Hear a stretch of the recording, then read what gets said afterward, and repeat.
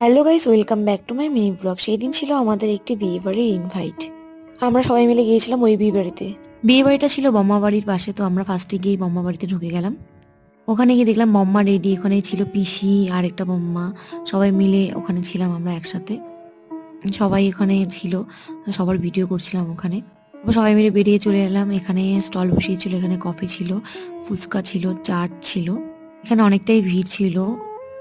ওখানে চাটের ওখানে ভিড় ছিল বলে আমি চলে গিয়েছিলাম ফুচকা খেতে।